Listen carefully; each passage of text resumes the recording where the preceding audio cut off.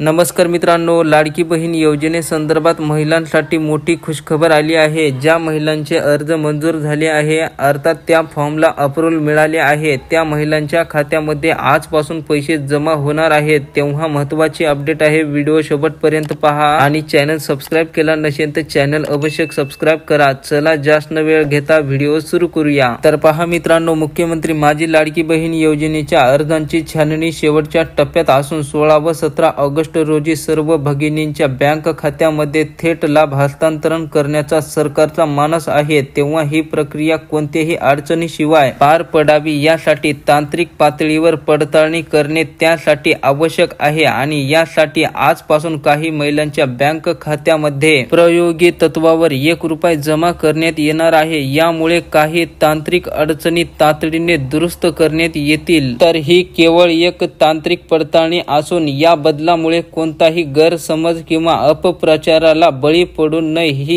एक विनंती करण्यात आली आहे। तर अशा प्रकारे मित्रांनो, ज्या महिलांचे फॉर्म मंजूर झाले आहेत त्या महिलांच्या बँक खात्यामध्ये डीबीटी अंतर्गत थेट पैसे जमा होण्यासाठी एक प्रयोग म्हणून खात्यामध्ये 1 रुपया जमा केला जाणार आहे आणि ही सर्वात महत्त्वाची गोष्ट आहे। 1 रुपया जमा झाला म्हणजे 16 व 17 तारखेला 100% या लाडकी बहीण योजनेचे 2 हप्त्यांचे 3000 रुपये पात्र लाभार्थी महिलेच्या बँक खात्यामध्ये जमा होतील। तर अशी ही महत्त्वपूर्ण लाडकी बहीण योजनेसंदर्भातील अपडेट होती। व्हिडिओला लाईक करा आणि चॅनलला सबस्क्राइब केलं नसेल तर चॅनलला अवश्य सबस्क्राइब करा। भेटूया पुढील नवीन एका व्हिडिओमध्ये। धन्यवाद।